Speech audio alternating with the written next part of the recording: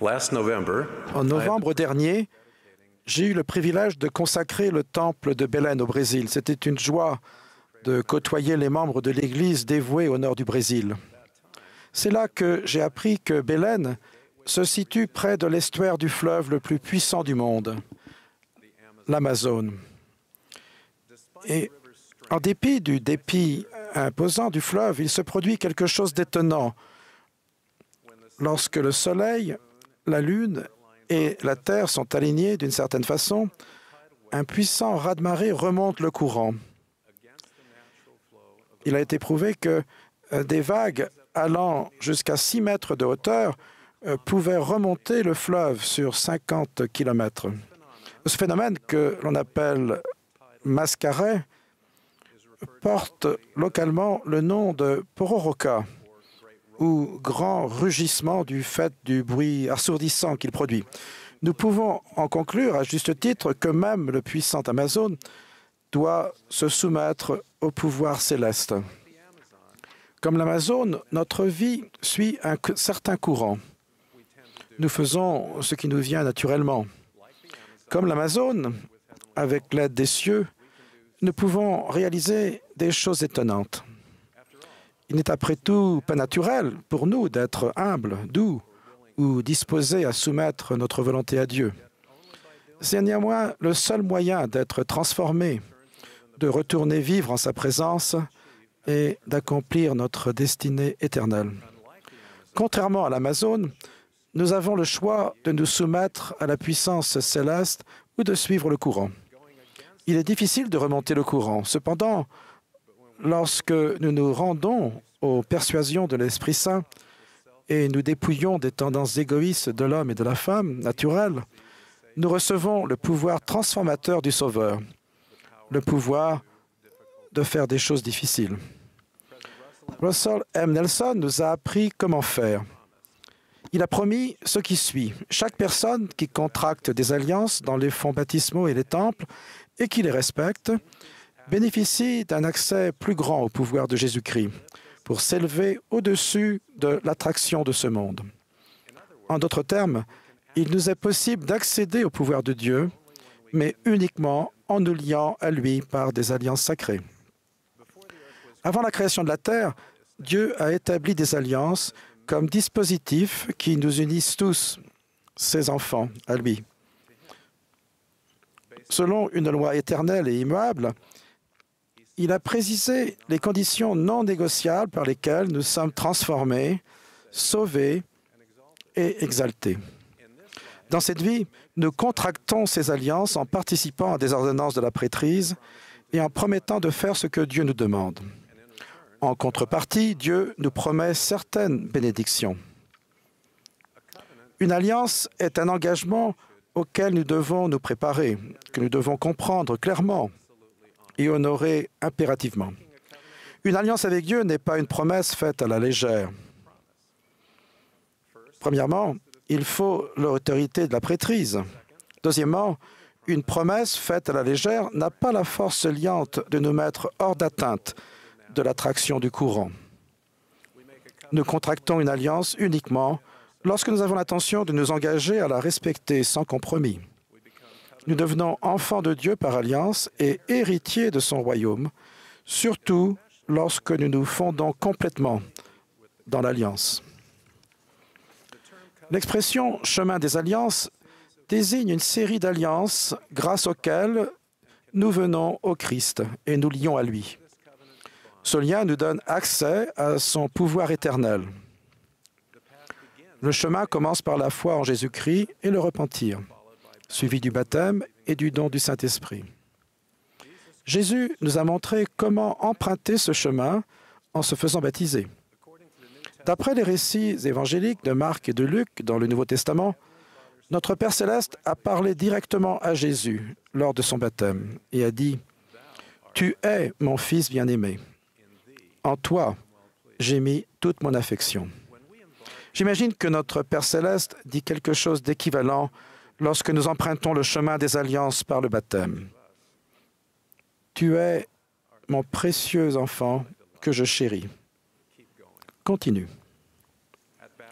Lors de notre baptême, lorsque nous prenons la Sainte Seine, nous témoignons que nous sommes disposés à prendre sur nous le nom de Jésus-Christ. Dans ce contexte, n'oublions pas le commandement de l'Ancien Testament. Tu ne prendras pas le nom de l'Éternel, ton Dieu, en vain.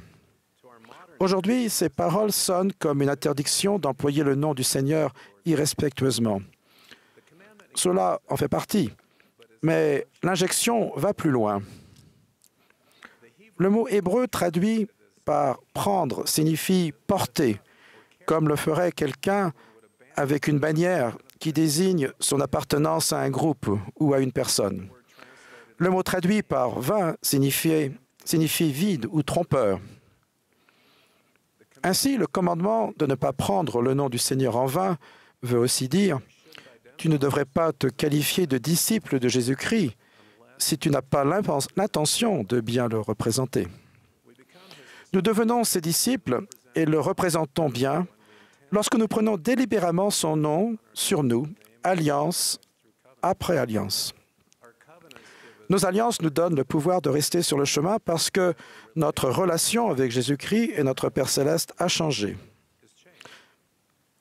Nous sommes attachés à eux par un lien d'alliance.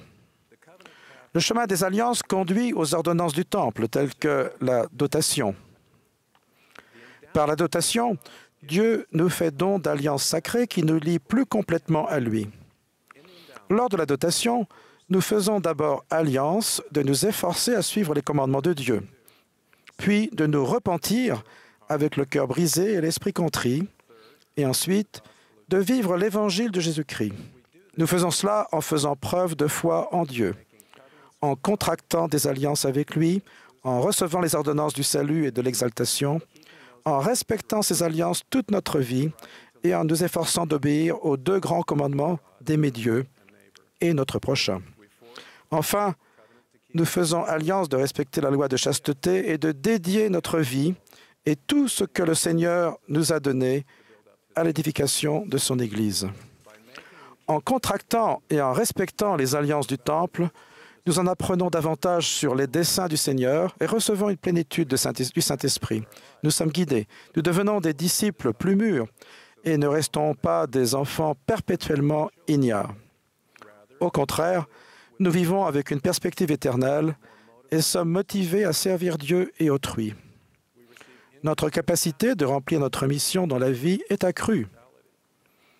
Nous sommes protégés du mal et nous avons plus de pouvoir pour résister à la tentation et nous repentir lorsque nous trébuchons.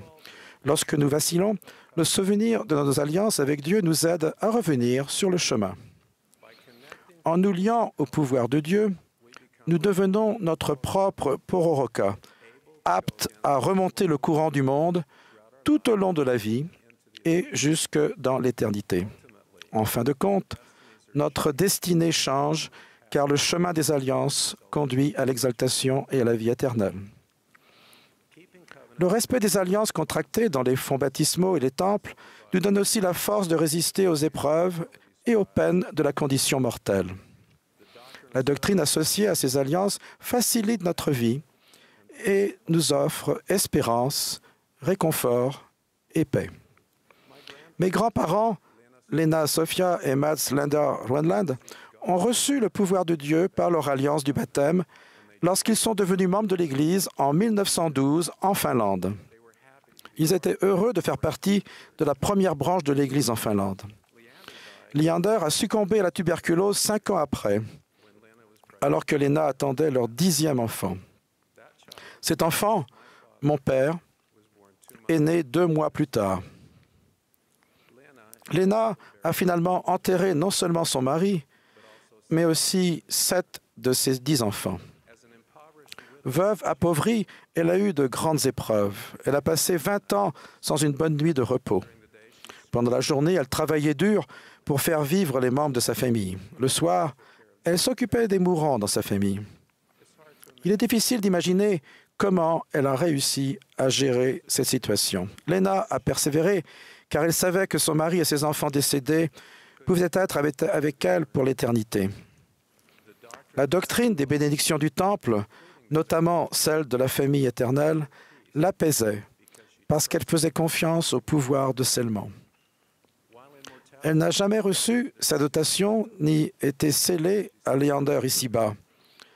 Mais son mari a eu une influence décisive dans sa vie et a été une partie de sa grande espérance en l'avenir. En 1938, Lena a envoyé des documents d'archives afin que les ordonnances du Temple soient accomplies pour les membres décédés de sa famille. Ils font partie des premiers noms envoyés depuis la Finlande. À sa mort, les ordonnances du Temple ont été accomplies pour elle, Léander et les enfants. Par procuration, elle a été dotée, scellée à Léander et à ses enfants, dont mon père. Pour Lena, comme pour d'autres, c'est dans la foi qu'ils sont tous morts, sans avoir obtenu les choses promises, mais ils les ont vues et saluées de loin. Lena a vécu comme si elle avait déjà contracté ces alliances de son vivant. Elle savait que son alliance du baptême et l'ordonnance de la Sainte Seine la liaient au Sauveur. Son désir d'habiter la maison du Seigneur était son espoir le plus grand. Elle considérait que Dieu avait fait preuve de grande miséricorde en lui permettant de savoir, avant de connaître toutes ces tragédies, que la vie est éternelle. Grâce à ces alliances, elle a reçu le pouvoir de Dieu de persévérer et de s'élever au-dessus de l'attraction déprimante de ces épreuves. Je vous promets qu'en avançant sur le chemin des alliances, du baptême au temple et tout au long de la vie, vous aurez le pouvoir de résister au courant du monde, le pouvoir d'apprendre, de vous repentir et d'être sanctifié et de trouver l'espoir, le réconfort et même la joie malgré vos épreuves.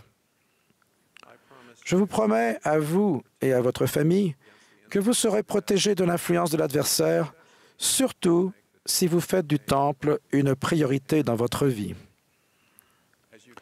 En venant au Christ et en vous liant à lui et à notre Père Céleste par alliance, il se produit quelque chose d'étonnant.